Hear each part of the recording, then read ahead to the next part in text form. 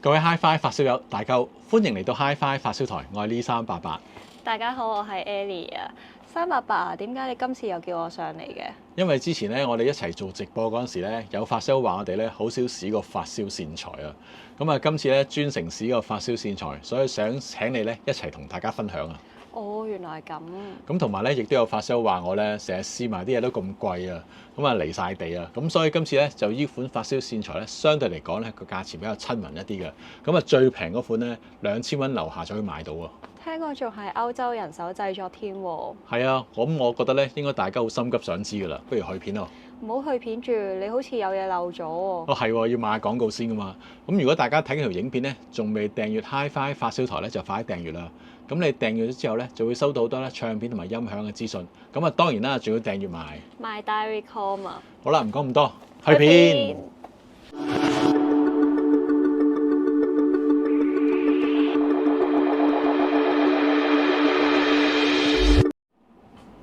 今次咧就同大家講一講嚟自個歐洲嘅線材品牌啊，就係 Audio Engineers 啦。係啊，咁我見到佢裏邊有張卡咧，寫住咧 Handmade in EU 啊。咁啊見到 EU，咁歐洲咁大，唔通你住晒咩？咁所以咧，我都想 check 下佢嘅產地來源啊。咁啊之後咧，我上佢哋個網站咧，見到咧佢有2個聯絡地方啊。咁啊分別咧喺呢個英國同埋呢個斯洛伐克。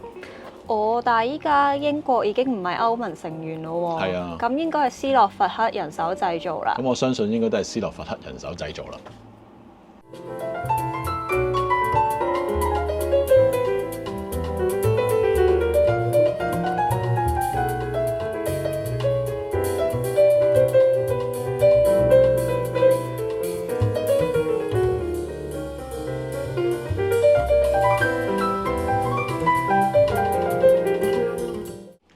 咁不如同大家分享一下咧，我哋試咗佢邊幾款線好唔好啊？好啊。咁咧，其實我哋就試咗佢嘅電源線啦、信號線啦，同埋數碼線喎。係啊，咁啊電源線方面咧，咁啊試咗3款啦。咁啊分別有呢個 Lightspeed 嘅呢個叫標準版啦，跟住咧有呢個 Lightspeed 嘅3D 同埋呢個 Lightspeed 嘅4D 版。咁信號線方面啦，就有呢個 Core 啦，同埋呢個 Core 4D 喎。咁其實佢哋2個咧都係一個 RCA 頭嚟嘅。咁然之後數碼線方面啦，咁就係一個 Core 嘅 Digital 啦，都係 RCA 頭嚟嘅。咁今次呢幾款線材咧，我係先俾咗你去試先喎。咁好似有啲痛苦嘅經歷喎。係啊，因為咧你攞翻嚟嘅時候咧，啲線係完全未煲過嘅。係啊，新線嚟㗎。係啊，跟住咧，因為新線，所以就需要煲線啦。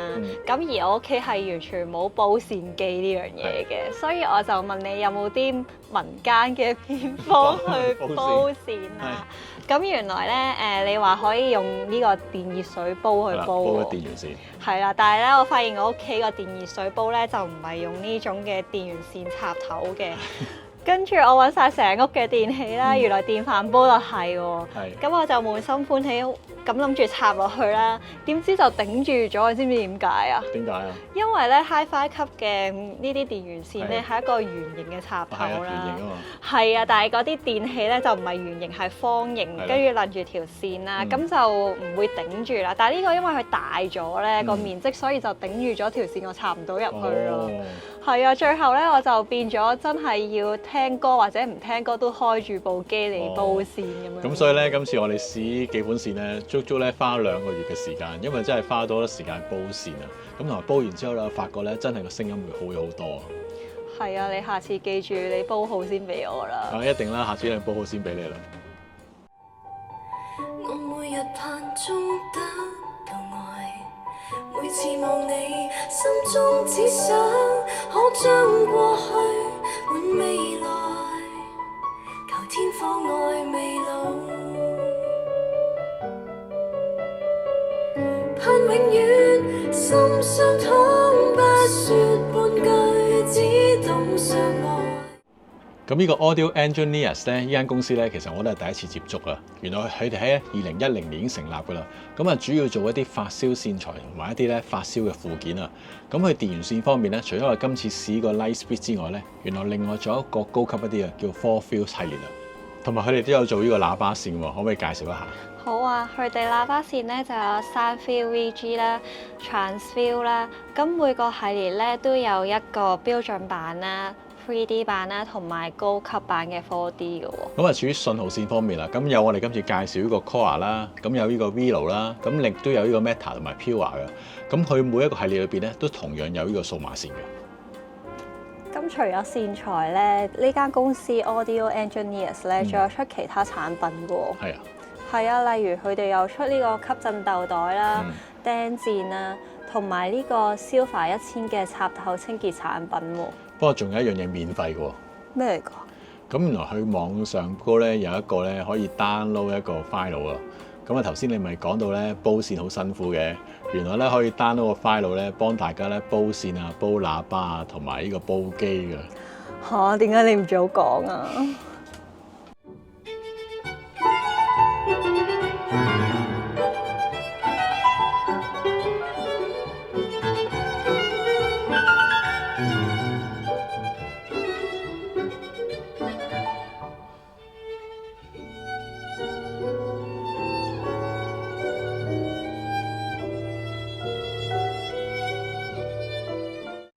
講翻今次我哋試聽呢幾款電源線啦，咁啊分別有呢個 Lightspeed 啦、Lightspeed 3D 啦，同埋 Lightspeed 4D 啊。咁你知唔知點樣分啊？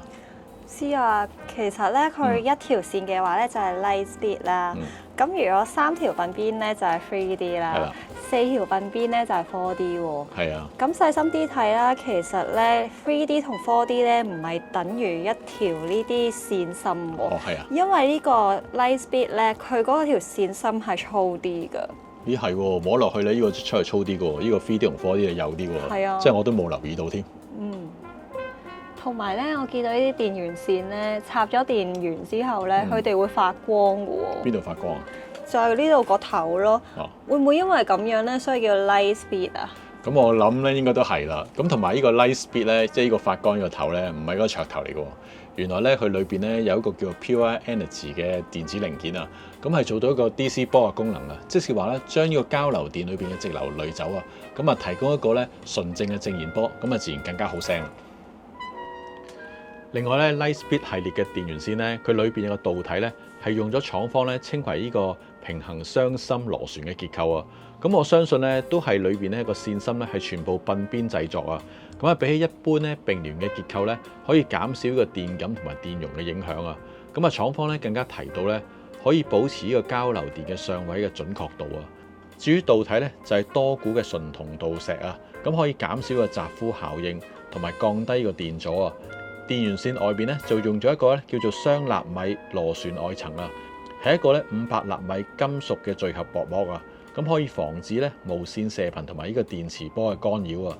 再包咗一個特殊防靜電嘅薄膜啊，加密編織嘅純銅導石嘅屏蔽網啊，仲用埋呢個 Teflon 絕緣同埋吸震啊。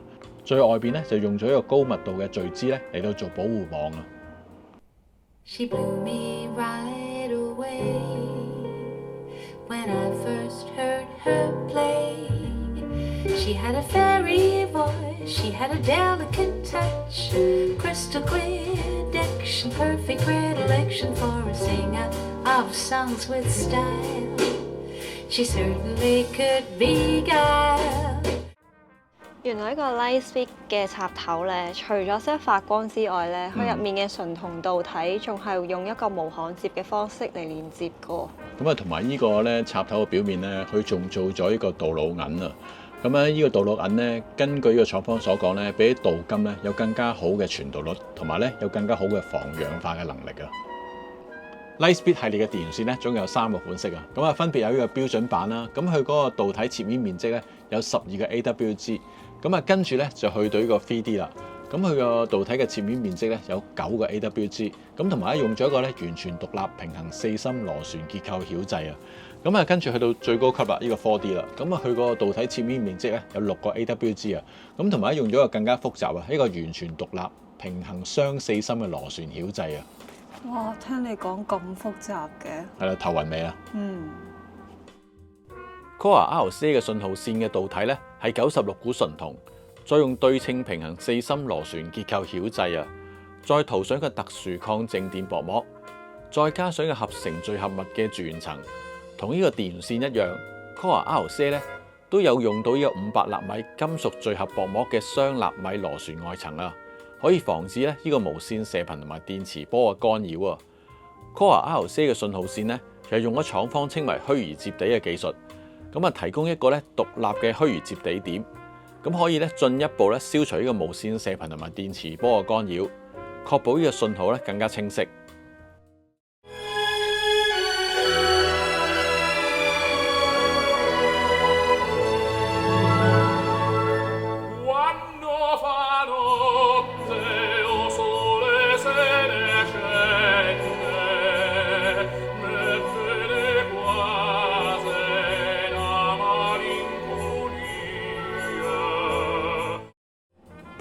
Core 嘅 RCA 咧插頭插咗落去之後咧，扭埋之後咧就可以有一個鎖嘅功能嘅喎。係啊。咁呢個插頭嘅導體咧，其實就係一個純銀導筒啦。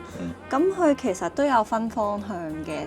咁 SRC 咧就係 source 啦，咁 M 咧就係擴音機啦。係啦，咁同埋咧都想同大家分享下，其實呢個鎖咧，你扭落去咧，插咗落去之後扭咧，其實你又唔可以唔扭，如果唔扭咧就會鬆有聲。但係扭落去咧亦都唔可以得太緊啊，因為如果扭得太緊咧，其實啲聲音咧都會變咗緊咗嘅。咁同埋咧，其實呢個 Core 4D 咧，其實同呢個 Core 嘅線芯咧基本上都一樣嘅。咁同埋另外咧嗰個 digital 咧都係其實裏邊嘅線芯咧大致上都一樣嘅。咁啊，今次咧同你一齊試聽完咁多款電源線啦，咁我想先講下呢個 Lightspeed 嘅電源線我嘅聽後感啊。咁我覺得咧 Lightspeed 嘅電源線咧，咁啊講個標準版啦。咁我覺得佢聲音咧個中頻咧係特別靚嘅，咁所以我覺得咧佢播人聲好好噶，同埋啲聲音咧會覺得咧好順厚啊，咁同埋咧會覺得佢把人聲好埋身嘅，有一種親切嘅感覺啊。咁同埋咧佢就要播呢個高音咧，都覺得好順滑。聽嘅小提琴咧都唔會有一種吉耳嘅感覺啊！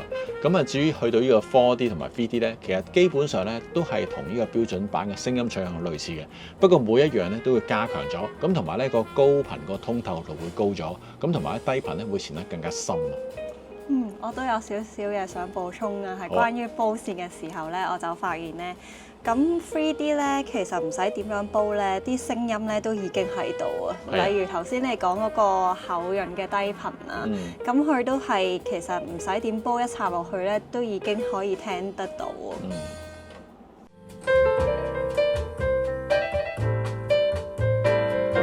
Everybody here is out of sight. They don't bark and they don't bite. They keep things loose, they keep it tight. Everybody's dancing in the moonlight. 咁你都有試聽到呢個 Core 嘅 RCA 線啦，咁你覺得點啊？我覺得咧，其實無論佢個電源線啦，定係 RCA 線咧，佢個聲底咧都好接近嘅。但係咧，如果係 Core 嘅線之外咧，佢仲多咗個佢高頻都比較通透啲嘅。係啊，咁同埋我覺得咧 Core 呢個 RCA 線咧，如果我嘅聽感咧，我覺得咧中音都係佢嘅強項啊，特別播人聲咧。佢播得都好順滑，好夠厚度感啊！所以如果大家喜歡聽人聲咧，我覺得呢個 Core 嘅 RCA 線咧應該都啱大家。咁同埋咧，佢低頻咧，雖然佢唔屬於係好大份量，但係我覺得咧都算係平衡嘅。咁本身咧都唔算太偏聲咯。咁同埋咧，我比較完呢兩款線咧，咁如果大家咧 budget 有限咧，咁我覺得咧 Core RCA 咧都值得買嘅。咁啊當然如果捨得咧，咁我覺得咧呢個 Core 4D 咧呢個價錢嘅差距咧，呢個係絕對值嘅。咁咧，因為我聽完流行曲咧，都知道佢個低音係比較有質感啊。即係 4D。冇錯啦。但係因為咧，有時播啲古典樂咧，未必係真係能夠呈現到啊。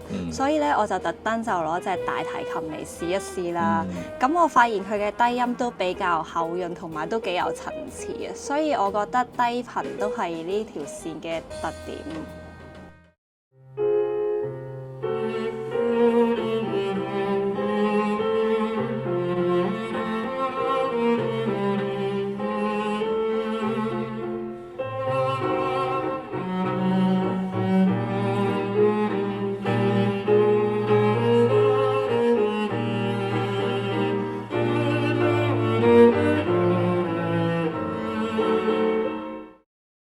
咁呢3款電源線咧，我都有試過咧插落去咧系統裏邊 CD 機同埋合併機唔同嘅位置啊。咁我覺得咧呢個標準版咧，如果插 CD 機同合併機咧，大致上都冇問題嘅。咁啊之後咧，我就再加入埋呢個 3D 啦。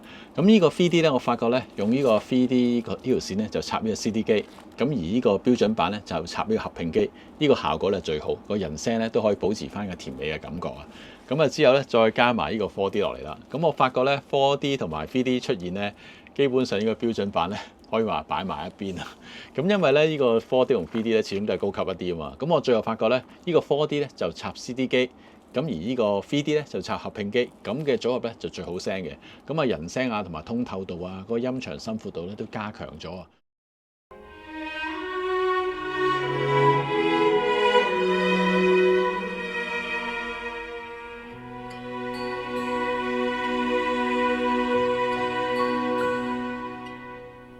凌晨同靜默，奇幻並調亮光。你我抱擁於陌生的地方。我都想講一講咧條數碼線啊。嗯。咁咧插咗落去之後咧，我覺得人聲咧都係保持佢成個系列咧嘅厚潤度啊。同埋咧覺得佢都係有一種好埋身嘅感覺啊。係啊。咁同埋咧，我今次咧試聽完之後咧，可能會有人問我啦。如果我想提升到組合嘅人聲啊，咁啊只可以揀電源線或者信號線是但一樣，咁啊點揀好啦？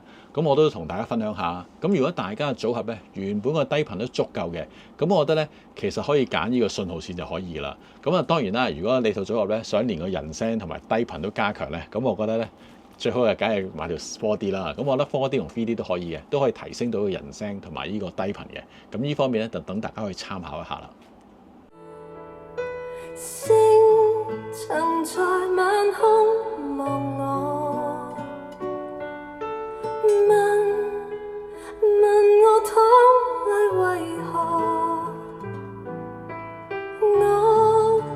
我說我心難過。咁啊，今次大家試完呢幾款線材啦，咁你覺得有啲咩好處或者唔好處啊？我頭先好處咧都講咗㗎啦，不過咧想補充下啲唔好處啦。我覺得都未必係唔好處嘅，不過係口味嘅問題啊。明白。因為咧佢嘅中低頻係比較突出同埋有質感啦，但係如果你係中意靚聲嘅話咧，就未必適合啦。哦，咁樣啊。咁同埋咧，我覺得嘅幾個線材咧有個好處就係佢夠遠啊。如果後邊嗰啲機位咧唔夠好大咧，咁佢都好容易玩得到啊。咁同埋另外一個唔好處就係點樣咧？就係佢呢個 RCA 咧。佢呢個4D 咧，中間條熱縮通包住啊，因為啱啱我個 Solo 咧個 CD 機咧左右個聲道咧個插位咧係好開啊，變咗咧真係掹得好緊啊，係咯，呢個就覺得唔係幾好咯。不過可能一般機就唔會覺得嘅。咁同埋另外一樣嘅好處咧，就係呢個插頭式着燈啊。咁可能都有人話哇，着燈可能會唔會更加衰聲啊？咁我覺得咧廠方設計得咧應該都有諗過嘅。咁佢着燈有啲咩好處咧？你知啦，我哋喺後邊換機嗰陣時黑掹掹噶嘛，咁啊插線咧更加容易一啲咯。咁啊，希望咧今次個分享咧大家喜歡啊！